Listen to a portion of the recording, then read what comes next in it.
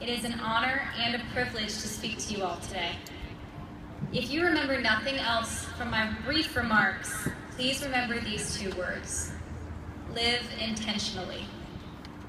Living intentionally means understanding how our thoughts, words, and actions directly impact our own well-being and the well-being of those around us. Dr. Mark Warner, the Vice President we love, we love all of them, the Vice President of Student Affairs, gave me the best advice this fall. Eliminate the word try from your vocabulary. Don't try to do something, do it. That is the single best way to live intentionally. Be intentional with your relationships. Listen more and talk less. Write thank you notes. Stay in touch. Relationships need your time, your energy, and your commitment. Facebook only goes so far. You have to pick up the phone. Live intentionally when it comes to your emotional, intellectual, and physical well-being. Wear sunscreen. Your 60-year-old selves will thank you one day. Take care of yourselves. I want to see you back here for many reunions and tailgates to come, and as you heard, we have to be here for the year 2065. Be intentional in your career. Do more than what is asked of you. Be a source of positivity. Learn others' names and use them. Lastly, be an intentional member of a community. Find an outlet to selflessly donate your time and your talents. You will find that the greatest joy can come from the most selfless intentions. When I pause to think of someone whom I believe lives intentionally, a name immediately comes to mind. This semester, I took a leadership course with a professor who has had the absolute greatest impact on my college career. From her, I learned that our job is to always be a servant leader, one who has vision and balances it with humility, one who serves first and leads later. Little did she know, but this professor was the prime example of servant leadership for all of us to follow. It is my honor to introduce that professor to you all today as our faculty commencement speaker. Dr. Lori Britt is an associate. She's excited.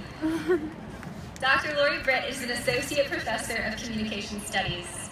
Her work revolves around the concept of engagement, getting students engaged in learning and engaged in their communities, as well as getting communities engaged in productive forms of collaboration and deliberation.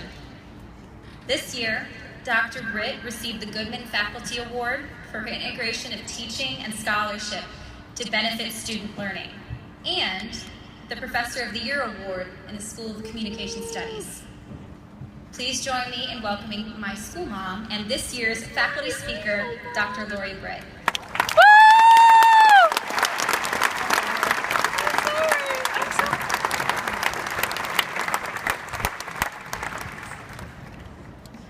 Notice the signs. What do I mean by signs?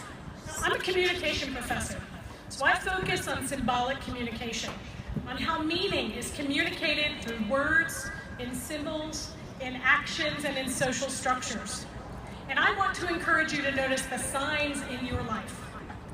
You'll receive signs that urge you to stop and that offer you a chance to turn or change direction. You may recognize this communication in your body, because our bodies often help deliver messages that we're trying to avoid hearing. You may sense that you're traveling a path that you don't feel you were meant for. The great thing about being open to hearing this message is that you can make new choices. The skills, knowledge, and ways of thinking you've gained from this wonderful university are meant to be transferable and adaptable. Like the popular series of children's books helped us to recognize, you can choose your own adventure. You may also encounter signs that convey rules and limits and make you feel like you need to measure up to certain standards.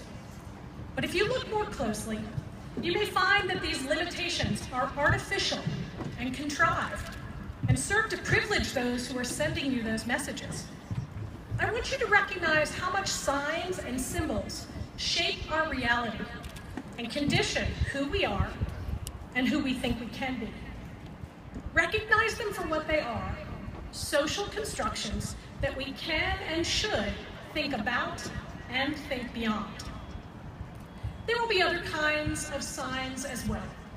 Signs that signal you to slow down and be reflective, to take a moment and sense what is needed.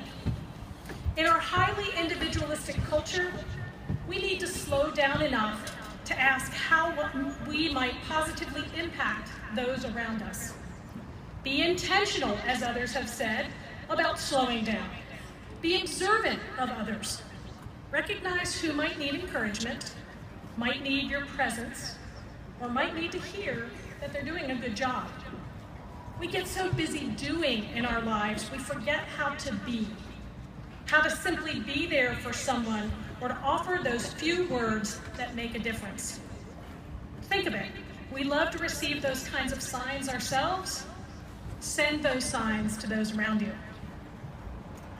You'll be more than workers and partners and friends as you move into the next steps of your life. You'll also take on a more active role as citizens. Notice the signs that something is happening in your community that compels your attention. Recognize that civic life always has a help wanted sign flashing. Your communities need you to ask questions, seek information, and engage to address the challenges of public life.